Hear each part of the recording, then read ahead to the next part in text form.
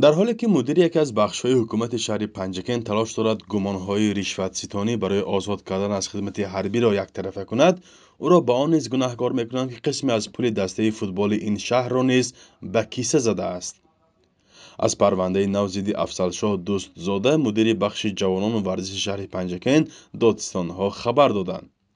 در اکنون حالت نامبرده با استفاده مقام خدمتی خود از یکی از پدران دعوتشوندگان برای قلابی مبلغ زیادی پولی گرفته وعده داده است که به خدمت آلترناتیوی فرزندش را روانه میکند، لیکن وعده‌اش را اجرا نکرده است، مبلغ را از آن خود نمیده است.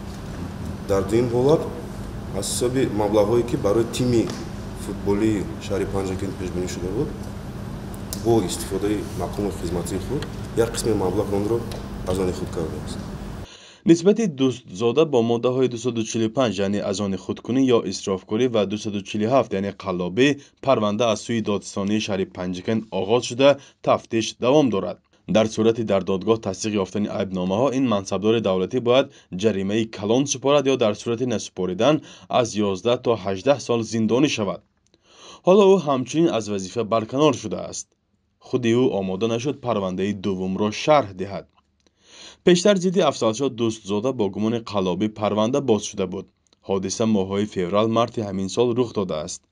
بر ضد دوستزاده یک ساکن جماعت دهات سرز به مقامات شکایت برده و گفته است که گمانبر شده برای آماده کردن بلیط حربی تقریباً 28,000 سامانی مبلغ گرفته است.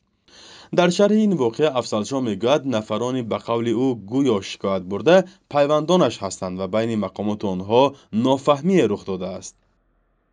چیزی قانونی که باید که ما همین بانک پرداخت میکردیم کیتانس همه چیز در دست من دادگیان همه چیز دست من هست، من باید پرداخت میکردم.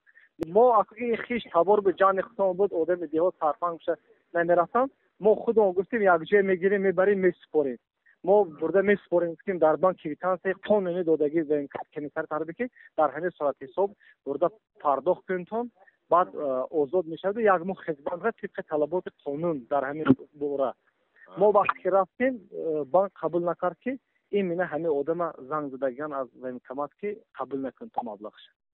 بر اساس قانون نو جوانان میتوانند با پرداخت 25,000 سامانی و گذشتن از دوره یک ماهه تیاری صاحب بلیط حربی شوند.